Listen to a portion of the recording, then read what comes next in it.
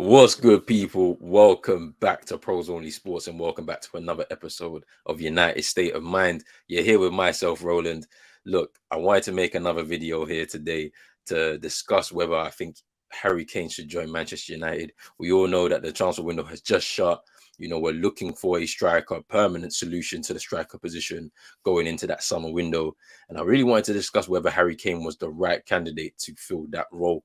But before we do anything, people, make sure you're hitting that like button, that subscribe button as well if you're new. Hit that notification bell, hit the socials down below there and all of that good stuff. And we can get into the video right now. But yeah, man, look, should Harry Kane join Manchester United? I mean, for me, it's a no-brainer. And I'll explain my reasons why. I mean, but first, let's just go back to kind of where all of this has begun. So obviously, a couple of weeks ago, there was some news put out in the media that Daniel Levy was preparing a new contract to give to Harry Kane to sign on another extension so he could stay at Tottenham for potentially the rest of his career, it looks like at this point. I wanted to take that with a bit of a pinch of salt because I don't know how true that is. I don't feel like Harry Kane's indicating he wants to sign a new deal, but a lot of people decided that it was on Harry Kane's shoulders. And so as a result, a lot of slander going towards his way saying he lacks ambition. That's not necessarily true.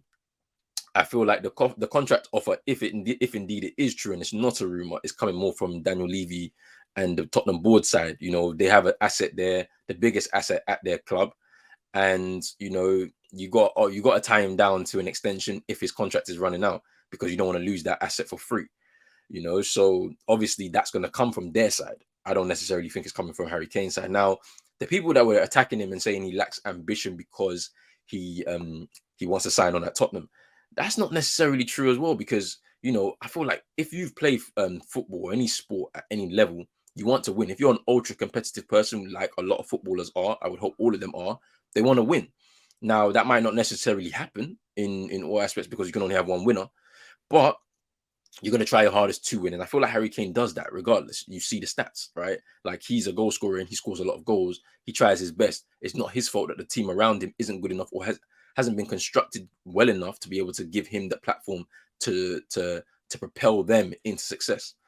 So, I just don't like that kind of ambition debate. Every professional sports person wants to win, and they want to win a lot. Like, they'll do anything to win.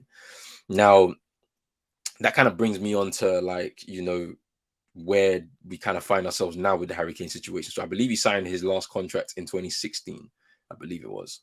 I think it was it a 6-year deal? I believe it was. I think so. I'm not sure. But if anyone can correct me in the comments, please let me know. I just like to make sure that that's correct.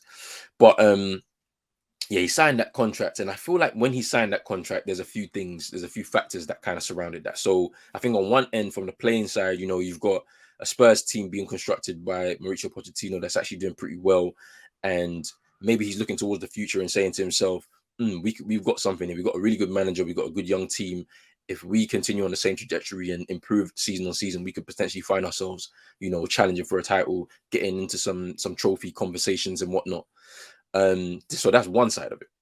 On another side of it, I feel like he signed that deal potentially because of his brother being his agent, and his brother, who he may trust, not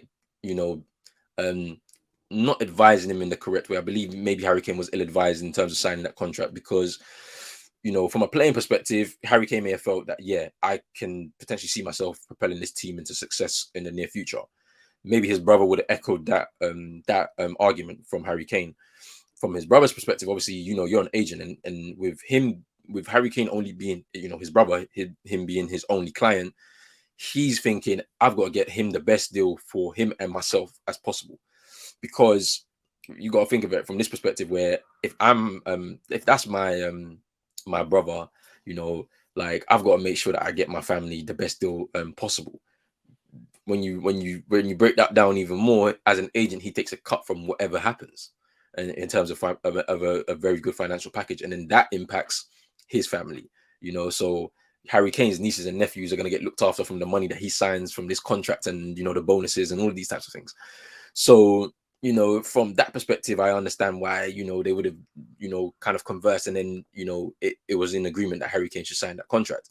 in hindsight, Harry Kane would look from my playing career, you know, it probably didn't work out, because imagine him moving to a bigger club at that point in his time, you know, the money wouldn't really matter, because you're going to get all the accolades that come with that. And then out of that, you're working with a bigger club on a bigger platform with a lot more eyes on them, global reach. And so you get endorsements off the back of that. So that money gets kind of run up in the back end. So, it's a pretty interesting argument surrounding Harry Kane ambition and, the money. Why did he sign the contracts? The gentleman's agreement that, was apparently on the table between himself and Daniel Levy, that if a club in the Champions League or a top club in the world came in for him, they wouldn't stand in his way. Everyone that says that, Daniel Levy's a very tough negotiator, and I don't know how he was able to even believe that kind of promise from him. So, it's pretty interesting from that perspective, right?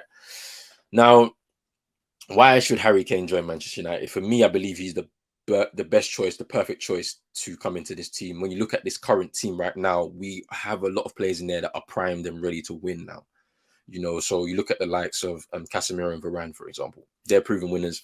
They've done it at Real Madrid. They didn't come here to be a part of a 4 or 5 year project. They came to win right now. With Ten Hag having won leagues in the last couple of seasons, he's ready to start winning things right now. You look at the likes of Martial, 26, 27, Rashford, 25, Bruno, I think 26, 27, I believe he is now, 27, 28 now. David De Gea, 30, 31. They're in the ages right now where they need to be winning things right now. Like, the team is pretty much primed and ready to begin winning. You look at Fred, a part of the squad, at 27, 28. You look at Ericsson, I think it's 31. Like, the team is primed and ready. Of course, there's some young pieces here and there. You've got the Antonys, you've got your Garnachos, Malacias, Luke Shaw's 27. Like, the team is primed and ready to win right now. And so we should be bringing in somebody that's going to come in there and help us propel ourselves into that level of success where we're really winning things on a consistent basis. And you've got somebody who's primed and ready, he's chomping at the bit to go out there and get those trophies, to dispel all of the stuff about ambition and that he's never won anything and his legacy could be damaged because he doesn't win anything. I mean, so Harry Kane, look, he's a certified goal scorer. He's truly Premier League proven. I mean, look, he's already, on the verge of beating the Tottenham record this season. That's 266 goals. He's currently level with Jimmy Greaves as the all-time goal scorer for Tottenham Hotspur, a total legend of Tottenham Hotspur, and Jimmy Greaves is about to beat his record this season for sure.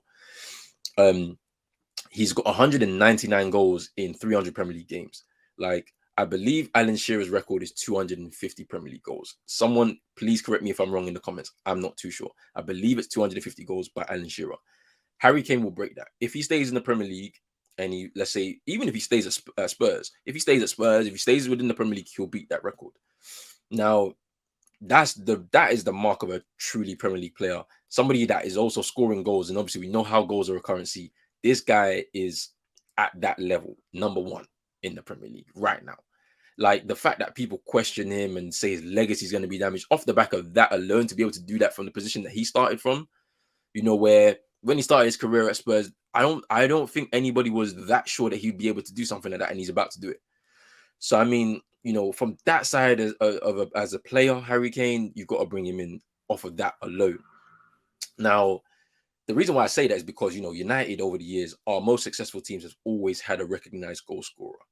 Now, if we go back to, Dwight York and Andy Cole, you look at Ruud van Nistelrooy, you look at Wayne Rooney, Cristiano Ronaldo, and then even very recently, or as recent as you could say, it's 10 years now, Robin van Persie. All of these guys have been recognized goal scorers throughout successful periods in Manchester United's history, especially in the Fergie years. Let's talk about the Fergie years anyway.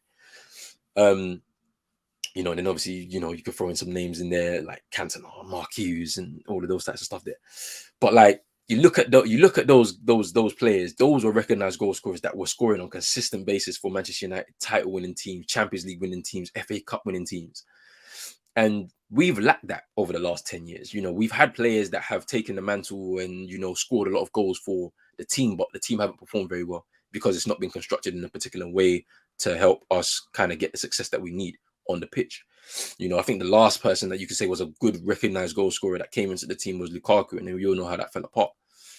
So, I mean, I want Harry Kane to come in because of that fact. You know, if we have a recognized goal scorer with the amount of chances that we're now creating, and you can see the football that we're playing on Ten Hag, having somebody in there that can get you 25, 30 plus goals a season will put you in those position in those title conversations, will put you into the latter stages of competitions.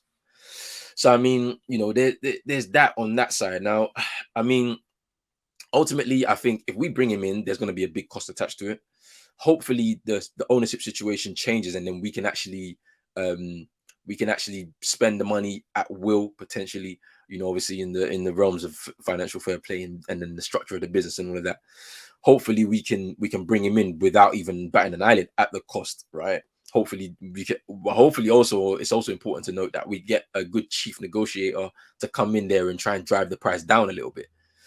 um, I think I would, if I was in that position and I was the one making the decision, I'd bring in Harry Kane and I'd give him a 3-year deal with an option for a further year, because I believe he's at 30 years old. So you don't want to keep him on too long on too high of a contract. You got to get him right now where he can give his best and his all.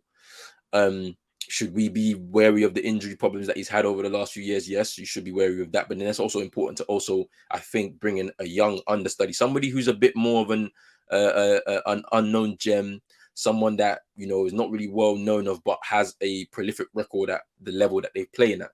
Bring them into the United side and make sure that they are the certified understudy for Harry Kane. This player now can fly under the radar in the Premier League and at this level, and then come into the team at points when Harry Kane needs to be rested or potentially injured, and that person can start scoring goals at that level and get a taste of it. Then in 3 years to 4 years, potentially that person now emerges and they're going to be the number one option in terms of that striking position. And we kind of get this conveyor belt going, because we want to be able to continue to have continued success without having a transitional period and breaking things up, because we've done far too much of that. And Fergie was really good at knowing when a player was basically on his way out and bringing in the next big thing and giving them a chance to fly under the radar, and then in a few years time they emerge and they become the next big thing type of thing. That's what we should be doing. So, I mean, ultimately, that's where I stand on the Harry Kane situation. And I hope that, I've explained my points well enough for you guys out there. Because you know what? To be honest with you, it's really about you guys now. I mean, in the comments after this video, when you finished it, give me your thoughts on who you think should be the main striker option for Manchester United in the summer. Should it be Harry Kane? Is there another player that you have your eye on and you feel would be a better fit to this Manchester United team under Ten Hag? Let me know your thoughts in the comments, people. As always, I appreciate all the comments that I get and all the views, the likes, everything. I appreciate all of it. And we'll be back with another video very, very soon. So make sure you stay tuned.